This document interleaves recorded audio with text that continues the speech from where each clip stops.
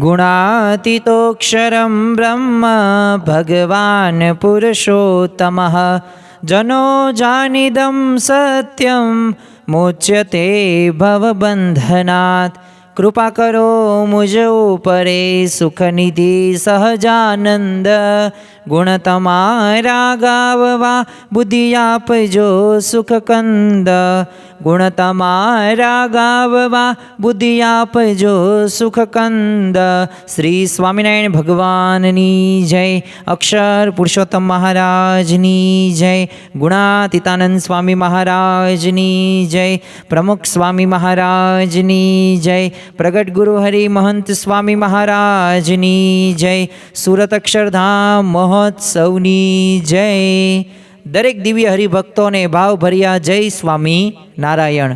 आजनी सभानी अंदर एकत्रित थयेला दरेक एवा मुमुक्षु हरिभक्तों ने भावभर्या जय स्वामी नारायण। आजना आ प्रवचननी अंदर आपणे श्रीजी महाराजनो प्रभाव केवो छे तो ए श्रीजी महाराजना प्रभावनो एक एवो प्रसंग जोवानो छे। अने श्रीजी महाराजनो प्रभाव तो छे ज ते, परंतु साथे साथे एमना संतोनो पण केवो प्रभाव हतो। ए पंचवर्तमान युक्त ए साधुओना जीवन केवा हता अने एमना जीवननो प्रभाव जोईने घणा बधा मुमुक्षु गुणभावीओ पोते सत्संगनी अंदर समर्पित थयेला छे। तो एवा ज ते धरमपुરના राजमाता एटले कुशल कुंवरबा। तो आजना प्रवचननी अंदर आ कुशल कुंवरबानुं एमनुं जीवन परिवर्तन कई रीते थयुं तो एनो आपणे अद्भुत एवी वातो आजे आपणे सांभळवाना छीए। अने ए संतोनी जीवननी अंदर केवी भावना हती अने पंचवर्तमान युक्त एमनुं जीवन केवुं हतुं अने एमना लीधे ज ते आ धरमपुરના कुशल कुंवरबानुं ए खरेखर परिवर्तन थाय छे। तो एनी आजे आपणे विशेष वातो सांभळवाना छीए। हवे आपणे सौ प्रथम तो थोड़ुंक वृत्तांत जोईए अने कुशल कुंवरबाने क्यांथी सत्संग थयो, क्यांथी गुण आव्यो अने कई रीते एमनुं जीवन परिवर्तन थाय छे ए आपणे एक पछी एक घटनाक्रम जोता रहीशुं। आम तो स्वामी परम चैतन्यानंदने स्वामीने वडतालना महंत थवुं हतुं एवी एमनी इच्छा हती, पण महंता एमने मळी नहीं। એટલે સ્વાભાવિક છે કે ઈચ્છા રાખો, તૃષ્ણા રાખો ને અને એ તમને મળે નહીં ને એટલે તમે દુઃખી થઈ જાઓ। તો પરમ ચૈતન્યાનંદ સ્વામી પોતે એમને એ ત્યાગી થવા માટે આવેલા અને એમને આ મહંતાઈ ન મળી। એટલે જો સ્વભાવ તો દરેકના હોય છે, દરેક પોતાના સ્વભાવ કે પ્રકૃતિને અનુસરે જ વર્તન કરતા હોઈએ છે। હવે આમને તે પોતે ન મળ્યું એટલે રિસાઈન ચાલી નીકળ્યા અને મહારાજે પાછું એમને જવાઈ દીધા। પણ એમના વિશે શું કીધું કે જે ગયા ને એ ભક્ત છે અને સત્સંગી છે, આટલું તો મહારાજે કીધું। હવે પરમ ચૈતન્યાનંદ સ્વામી તો ફરતા ફરતા ધરમપુર પહોંચ્યા। ધરમપુરના તે રાજમાતા હતા કુશળ કુંવરબા, બહુ ધર્મ ભાવનાવાળા બાઈ હતા।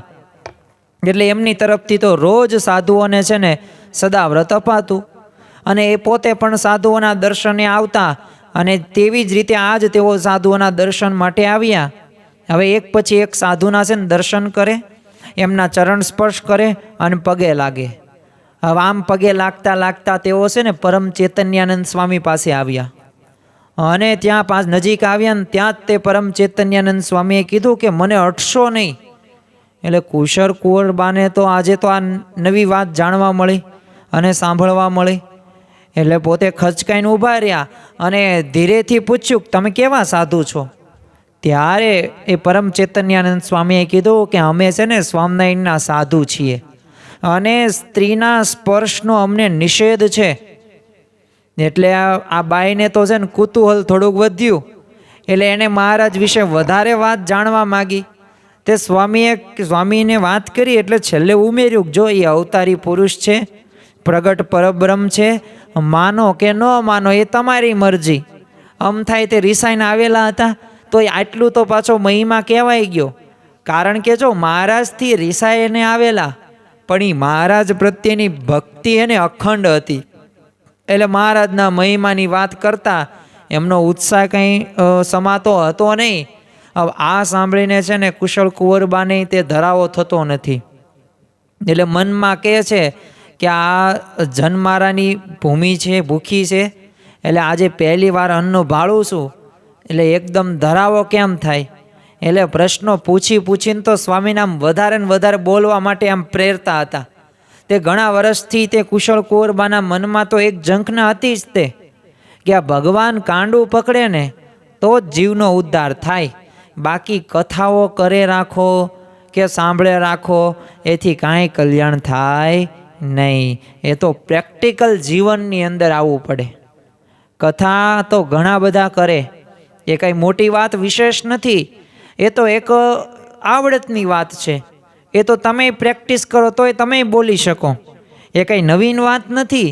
અને ઘણા બધા બોલે જ છે, પણ પોતાના જીવનની અંદર જ્યારે ચરિતાર્થ થાય ને ત્યારે યથાર્થ એ કથાનો લાભ થાય છે.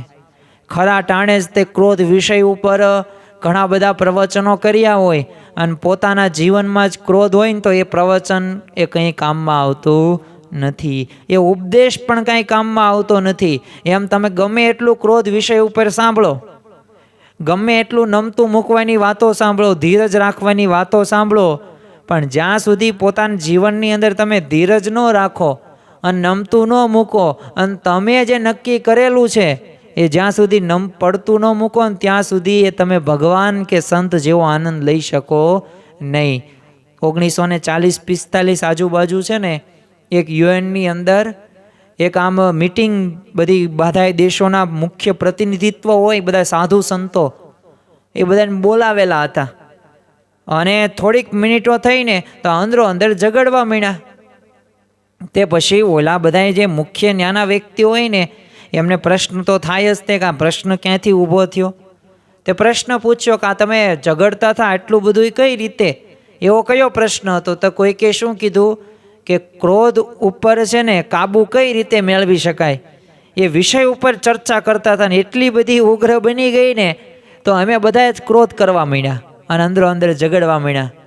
એમ ક્રોધ વિષય ઉપર તમે મંતવ્યો દઈ શકો, ઉદાહરણોય દઈ શકો, ઘણું બધું શાસ્ત્રનો સાર સ્વરૂપે અર્ક કાઢીને કહો, પણ પોતાના જીવનમાં તે જ્યારે એવી પરિસ્થિતિ આવે ને પગ હેઠે રેલો આવે અને ત્યારે જો ક્રોધ ઉપર તમે કાબુ ન મેળવ્યો તો એ વાંચ્યું કે જોયું કે અનુભવ્યું કે કીધું એ શું કામનું?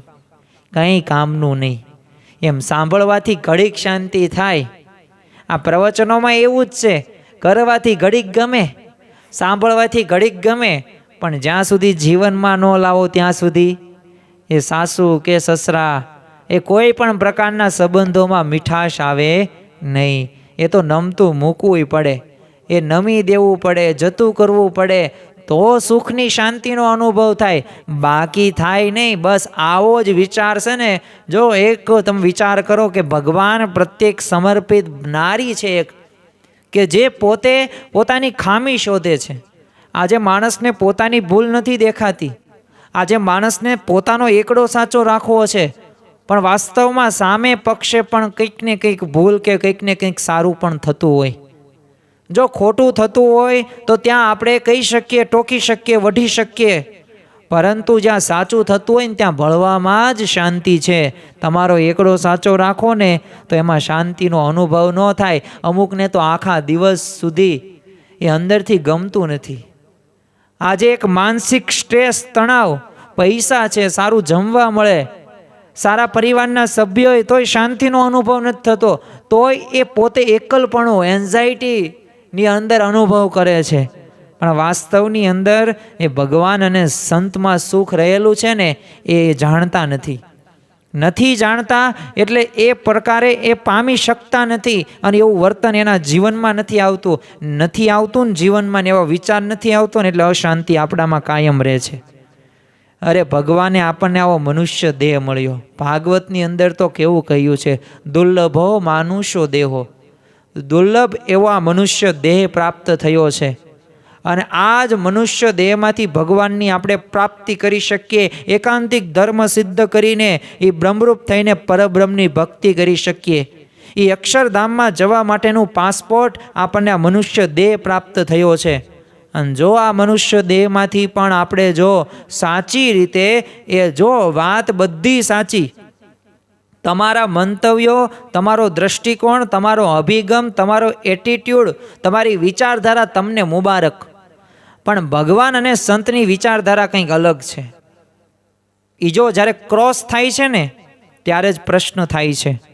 એ મનમુખી થવામાં ફાયદો નથી, પણ ગુરુમુખી થાવ, ભગવાનમુખી થાવ ને તો એ સમર્પણની ભાવના કેળવો ને તો અવશ્ય શાંતિનો અનુભવ થાય છે. પણ હું મૂકવું પડશે, અંદર રહેલો અહંકાર મૂકવો પડશે, અને જ્યારે મૂકાશે ને ત્યારે જ શાંતિનો પણ અનુભવ થશે. આ કુશળ કુંવરબાન મનમાં જો આ બધાય વિચારો આવ્યા અને કીધું કે આ સાંભળ્યું કે કથા કરી કાંઈ કલ્યાણ એમાં જ નહીં થાય.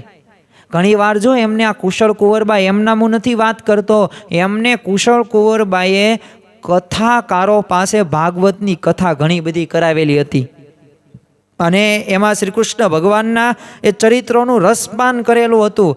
અરે એના દિલની પ્યાસ આમ તોય છીપી નહોતી, શાંતિ જ નહોતી મળતી.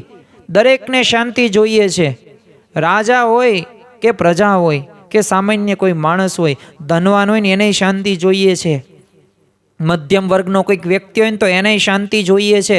અરે તમે સાવ એટલે સાવ પછાત વર્ગની અંદર આવો છો, તમારી પાસે કંઈ ધન નથી, સંપત્તિ નથી, સુખ સગવડતા નથી, તો એને શાંતિ જોઈએ છે. એના માટે જ આપણે આ બધા પ્રયત્નો કરીએ છીએ, પણ આપણું ધ્યેય કંઈક બીજે છે.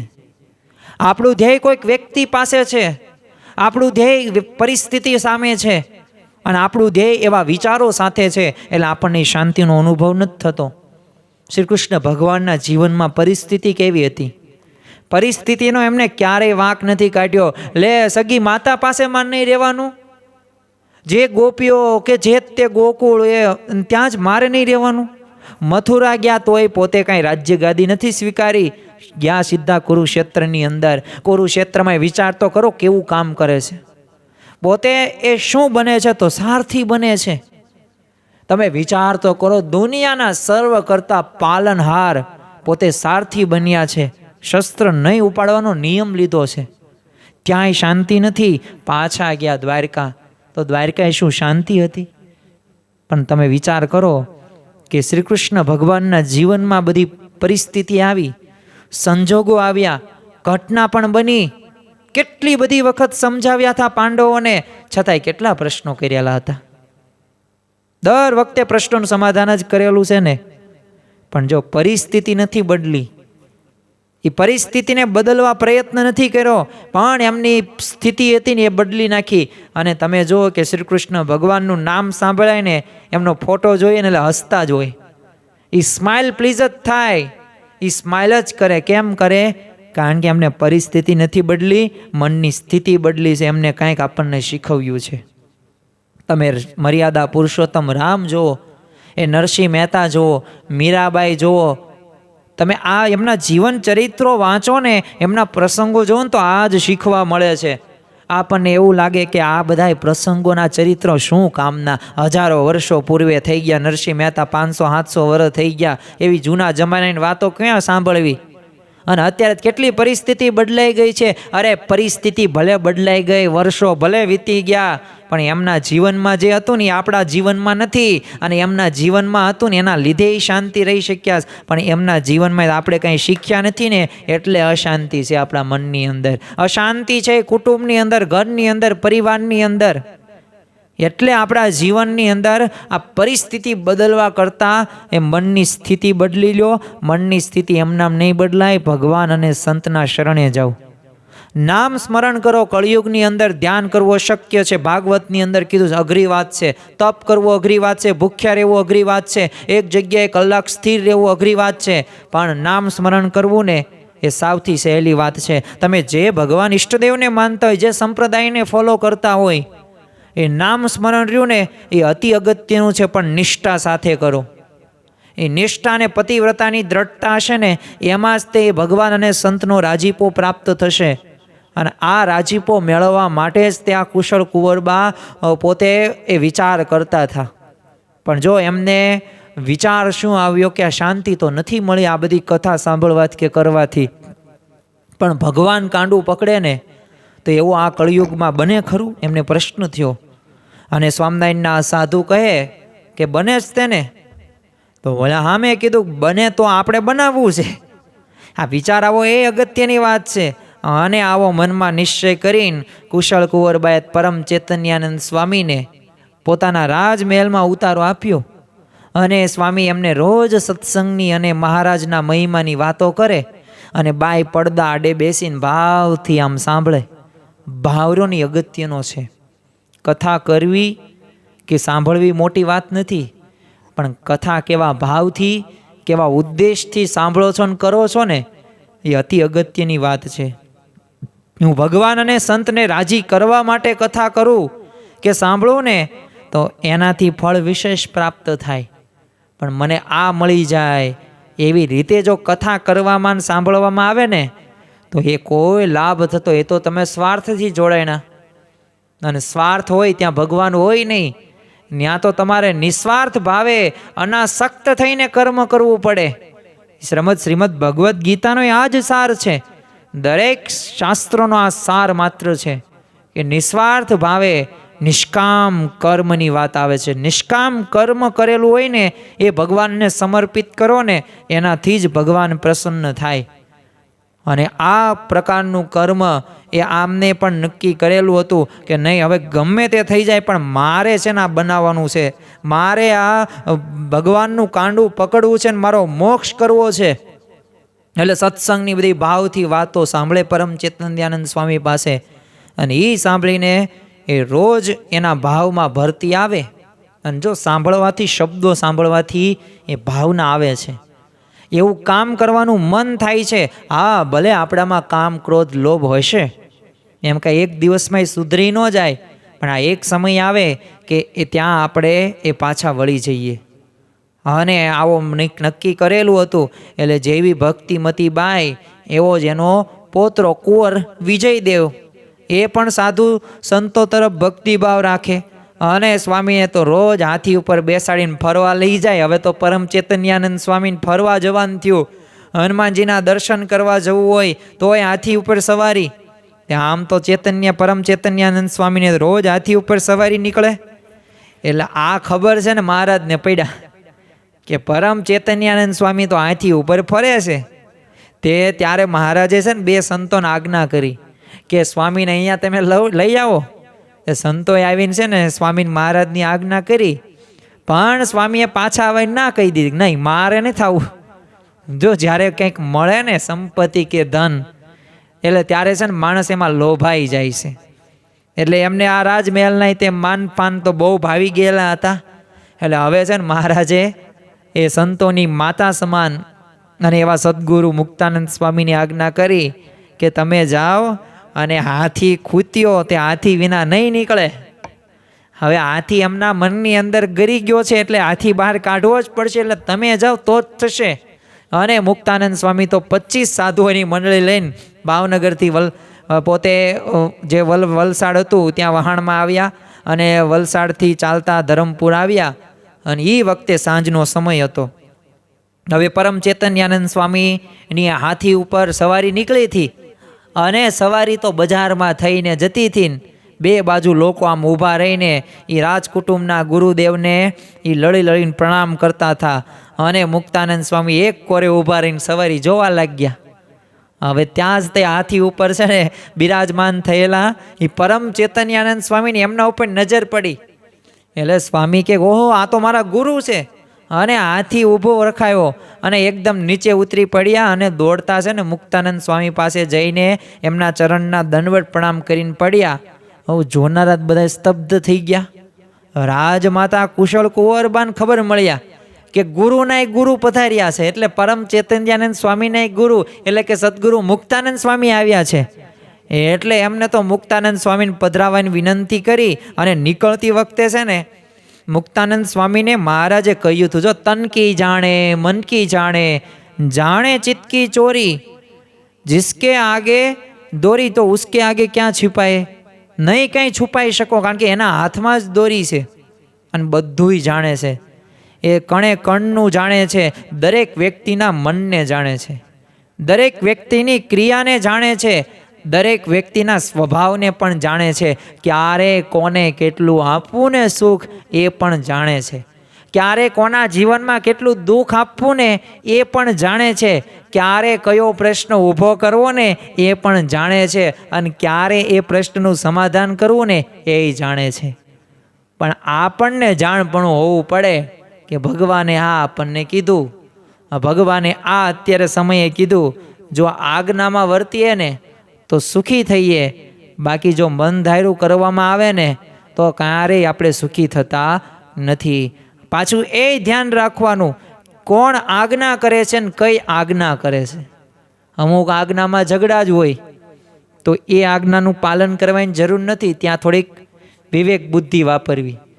પણ એ આજ્ઞા કે જે પોતે સમાધાનકારી હોય, સુખકારી હોય અને ભગવાન અને સંતને ગમતું હોય ને, મહંત સ્વામી મહારાજને તે જો કેપિટલ SAM અને P એટલે કે સંપ અતિશય પ્રિય છે, અને જ્યાં સંપ હોય ને ત્યાં ભગવાન અવશ્ય નિવાસ કરીને રહે જ તે. તો જો આવી આજ્ઞા પાલન કરીએ ને તો લાભ થાય. હવે અહીંયા તો આ પ્રકારની પરિસ્થિતિ થઈ એટલે જો મહારાજ બધુંય જાણતા, એટલે અગાઉથી મુક્તાનંદ સ્વામીને શું કહી દીધેલું કે જો બાઈ રહીને વાતો સાંભળવાનું કહે ને તો આડો પડદો બાંધીને 1 કલાક વાત કરજો. જાણતા જ થા શ્રીજી મહારાજ, અને એટલે જ મુક્તાનંદ સ્વામીને આવી વિનંતી કરેલી. એટલે સ્વામીએ છે ને આડો પડદો બંધાવ્યો અને સામે રેતીની શીશીનું ઘડિયાળ મૂકીને બાઈની સાથે 1 કલાક વાત કરી. બાઈને થયું કે ઓહો, સંતો આવા છે તો મહારાજ કેવા હશે.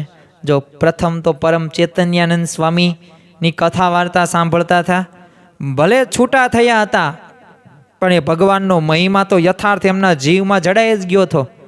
એમાંય શાંતિનો અનુભવ કર્યો એટલે એમને ગુરુ કર્યા. પણ પછી એમના એક ગુરુ આ સદગુરુ મુક્તાનંદ સ્વામી આવ્યા અને વાતો સાંભળી એટલે પોતે તો અહોભાવમાં આવી ગયા. અને એમને નક્કી થયું કે જો મારે તો હવે છે ને એમના દર્શન કરવા જ છે. એટલે એને સ્વામીને કીધું કે મહારાજના દર્શન કરવા છે તો ગમે એમ કરીને છે ને એમને તમે તેડાવો. તે મુક્તાનંદ સ્વામીએ કીધું કે જો તમારા ગુરુ છે ને પરમ ચૈતન્યાનંદને નિમંત્રણ પત્ર આપી મોકલો, મહારાજ છે ને જરૂર પધારશે. અને બાઈએ તો મહારાજને નિમંત્રણ આપવા સ્વામી પરમ ચૈતન્યાનંદ સ્વામીને મોકલવાનું નક્કી કર્યું. પણ ખાલી હાથે કેમ મોકલાય? મહારાજને કંઈક ભેટ તો ધરવી જોઈએ ને. તો ભેટમાં શું ધરવું? ધન, વસ્ત્ર કે રત્ન? તે એ બધી તો બાહ્ય સમૃદ્ધિ કહેવાય. એટલે બાહ્ય સમૃદ્ધિ દેખાડીને મહારાજને પ્રસન્ન કરવાનો પ્રયત્ન એ કેવો બાલિશ લાગે છે. તો હવે ધરવું શું? આ પ્રશ્નમાં વિચાર કરીને બાઈએ છે નક્કી કર્યું કે મહારાજ પ્રત્યેનો છે ને એ મારા અંતરનો ભાવ પ્રગટ થાય ને એવું કંઈક મોકલવું. એટલે ધન રત્ન એ તો છે ને બીજાના શ્રમનું ફળ કહેવાય.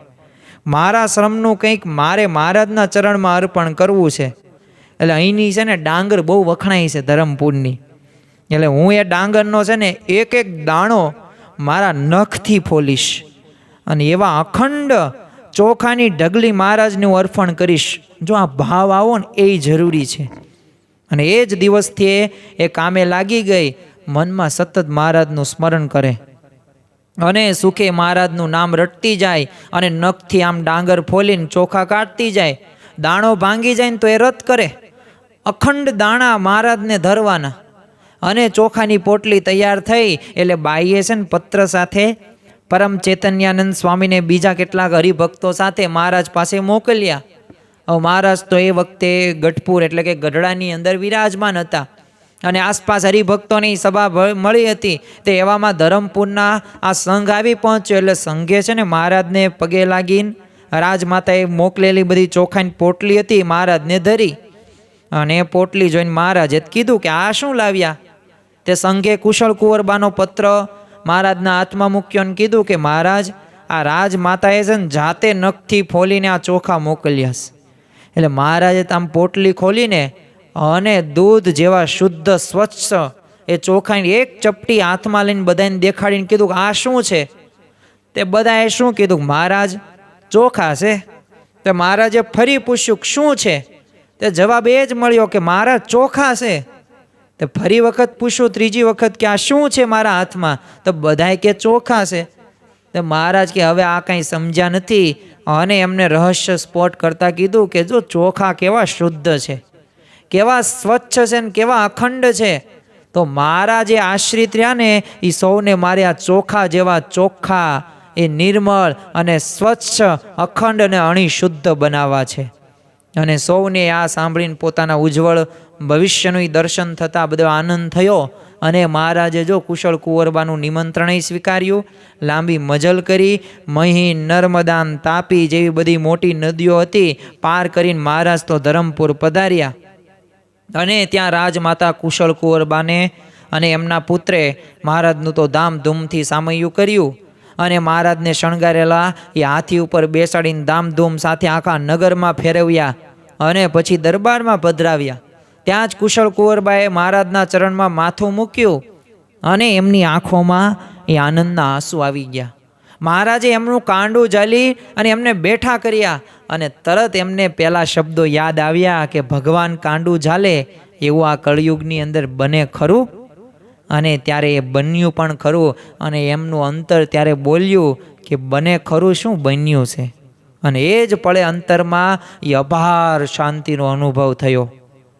જો શાંતિ મેળવવા માટે આપણે તપ કરીએ, વ્રત કરીએ, જપ કરીએ, ઘણા બધા પ્રયત્નો કરતા હોઈએ છીએ, પણ એમ શાંતિનો અનુભવ આપણને નહીં થાય. પરંતુ જો ભગવાન જેવા સંતનો દ્રઢ આશરો રાખીને એ જ્યારે એવું જોડાણ કરવામાં આવશે ને ત્યારે અવશ્ય શાંતિનો અનુભવ થશે. અને આ કુશળ કુંવરબાને એ શાંતિનો અનુભવ થયો. આપણને પ્રશ્ન થશે કે શાંતિનો અનુભવ સાચું થાય? અરે થાય, પણ એ પ્રમાણે જોડાણ કરવું જોઈએ. મારે ઊંધિયું બનાવવું છે અને એ પ્રમાણે હું શાકભાજી કાંઈ લાવવું નહીં અને વઘાર પણ ઊંધિયા જેવો ન કરું તો ઊંધિયું ન બને, એ રીંગણા બટેકાનું શાક જ બને. એમ જો સામાન્ય રીતે પણ જો આપણે એક સામાન્ય શાક બનાવવા માટે પણ બધાની જરૂર પડે તો એમ ભગવાનનો આનંદ ને સુખ અને શાંતિ મેળવવા માટે જે ભગવાને આપણને કીધું હોય ને, જે સંતે આપણને જે આજ્ઞા કરી હોય ને એ પ્રમાણે આપણું જીવન બનવું પડે. જ્યારે બનશે ને ત્યારે આપણને અનુભવ થશે, બાકી અનુભવ નહીં થાય, વાતો થાય, બીજાને કહીએ. જીવનમાં લાવવું પડે. જ્યારે જીવનમાં આવે ને ત્યારે અનુભવ થાય. પૂજા કરતા હોય પણ ભાવ સાથે પૂજા ન કરતા હોય તો એ પૂજા શું કામની?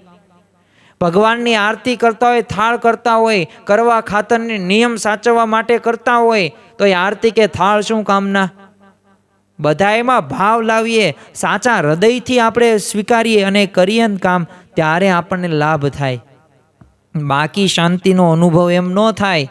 કુશળ કુંવરબાના આગ્રહથી પછી મહારાજ ધરમપુરમાં લાંબુ રહ્યા અને દૂર દૂરથી હરિભક્તોને પણ બોલાવ્યા. વડતાલ હોય, ગઢડા હોય કે જૂનાગઢથી પણ બધા ભક્તો આવ્યા અને રોજ અખંડ કથા વાર્તા ચાલે, ભજન કીર્તન ચાલે. અને ગામમાં તો ભક્તો પોતાના ઘર મહારાજની પધરામણી પણ કરાવે. વાંસંદાના રાજાએ પણ પોતાને ત્યાં મહારાજની પધરામણી કરાવી અને મહારાજે વસંત પંચમીનો ઉત્સવ પણ અહીંયા ઉજવ્યો. અને દૂર દૂરના જે બધાએ ગામડામાંથી બધા ભીલો મહારાજના દર્શન માટે આવ્યા. મહારાજે એમને પણ ઉત્સવમાં સામેલ કર્યા. એમની ઉપરે રંગ છાંટીઓને કીધું કે આ રંગના છાંટા જેને અડ્યા ને તેનું કલ્યાણ. એમ જો થોડાક દિવસ બાદ સારંગપુરની અંદર એ આપણને એ છાંટા એ ઉડતા જોવા મળશે. એ જે સમયાનો લાભ અને જે રંગોત્સવની અંદર એ જે પુષ્પ દોલોત્સવની અંદર આવશે ને તો એ જે રંગાશે ને એક મહાન સંયમાદની દ્રષ્ટિથી એ રહેલા કામ, ક્રોધ ને લોભ એ ટળી જશે. પણ જોડાણ એવું કરવાનું છે.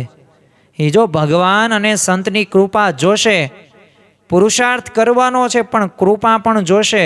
એ કૃપા મેળવવા માટે આપણે પુરુષાર્થ કરવો જરૂરી છે. અને અહીંયા તે એ પ્રકારની જ તે એમના જીવનની અંદર ભાવના હતી આ કુશળ કુંવરબાન શ્રીજી મહારાજના જીવનમાં. પછી તો રાજકુંવરે મહારાજનું પૂજન કર્યું, આરતી ઉતારી.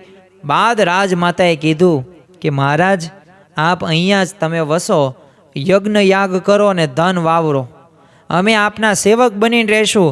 તો મહારાજે કીધું, જો એમનું મુખ્ય પ્રયોજન હતું ને એ વાત કરી કે અમે આ ભૂતલ પર રાજ્ય કરવા નથી આવ્યા અને તમને પણ હું કહું છું કે આ રાજ્યની વાસના છોડો અને તમે છૂટશો. પછી તો મહારાજે રાજમાતાને પોતાના એ ચરણાવિંદની છાપ હતી એ ચંદનથી પાડી આપી અને હવે મહારાજે ત્યાંથી વિદાય લીધી. અને મહારાજની વિદાય પછી 15મા દિવસે જ તે આ કુશળ કુંવરબાએ એ દેહ છોડ્યો અને તે જ વખતે મહારાજે ગઢડામાં જીવબા લાડુબાને કહ્યું કે અત્યારે ધરમપુરમાં એ કુશળ કુંવરબાએ દેહ મૂક્યો. તો જો આ કુશળ કુંવરબા મહારાજના આવા અનન્ય ભક્ત હતા. મહારાજ સિવાય એમને કંઈ દેખાતું નહોતું. એક ભગવાનને અર્પણ કરવા માટે ધન સંપત્તિ એમને વિચાર નથી આવ્યો, પણ પોતાના જે ભાવના હતી ને એ અર્પણ કરવાનો વિચાર આવ્યો. તો આપણે એવા અણિશુદ્ધ બની શકીએ જો આ જ જન્મે આપણે એકાંતિક ધર્મ સિદ્ધ કરીને બ્રહ્મરૂપ થઈને પરબ્રહ્મની ભક્તિ કરવાની છે. આ વિચાર સાથે જ્યારે જીવન જીવવામાં આવશે ને ત્યારે કલ્યાણનો મુદ્દો હાથમાં આવ્યો કહેવાય છે.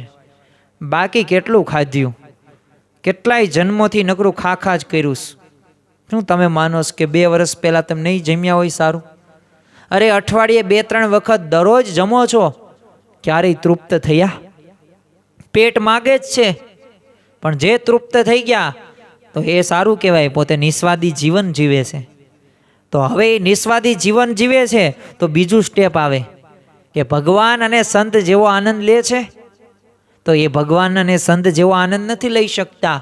તો પોતાનામાં રહેલું એ અજ્ઞાન, એ અંધકારને દૂર કરવાનું, એ અંધકારમાંથી બહાર આવીને પ્રકાશ બાજુ વળવાનું છે ને. એ ભગવાન અને સંત જે આજ્ઞા કરે ને, નિયમ આપે ને એ પ્રમાણે જીવન જીવવાનું છે.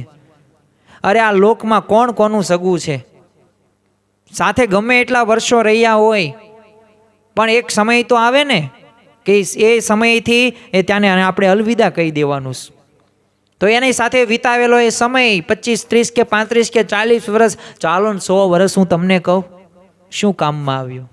શું તમારી સાથે ઉપર એ આવશે? શું તમારા માતા પિતા કે સગા સંબંધી કે તમારા પતિ આવશે સાથે? કોઈ આવશે નહીં.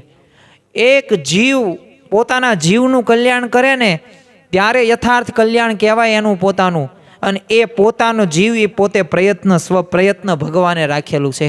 એટલે દરેકે પોતાના જીવનું આત્યંતિક કલ્યાણ કરવું પડશે, એના માટે જાગૃત થવું પડશે. આજ નહીં તો આવતીકાલ, ચાલો આવતીકાલ નહીં તો પરમ દિવસ નહીં, આ જન્મ નહીં તો આવતા જન્મે તે આ વાતને સમજ્યા વિના છૂટકો જ નથી. બધું નકરું ખાધું જ છે, પીધું જ છે, નકરું આમથી આમ ફર્યા જ છીવી, બધી તે કામ વાસના બધું ભોગવ્યું જ છે. પાર આવે એમ છે જ નહીં. પણ ભગવાન અને સંત મળ્યા ને, આ જ મોટામાં મોટી વાત છે.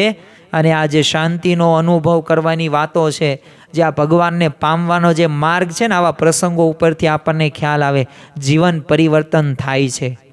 નિર્વ્યસની જીવન જીવાય છે, સદાચારવાળું જીવન જીવાય છે.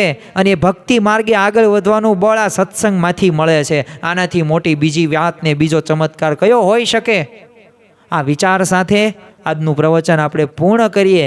સમજવાની એક જ વાત છે કે આવા અનન્ય ભક્ત કુશળ કુંવરબા હતા ને, તો એવા જ ભક્ત આપણે પણ સૌ કોઈ બનીને તને મને ધને એ ભગવાન અને સંત સાથે જોડાણ કરીને એ લક્ષ્ય સુધી પહોંચીએ કે મારે આ જન્મે એકાંતિક ધર્મ સિદ્ધ કરીને મારું આત્યંતિક કલ્યાણ કરવું છે.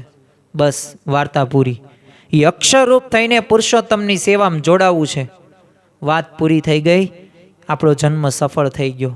આપણને ભગવાનને સત્સંગને સંત મળ્યાને બધું આવી ગયું.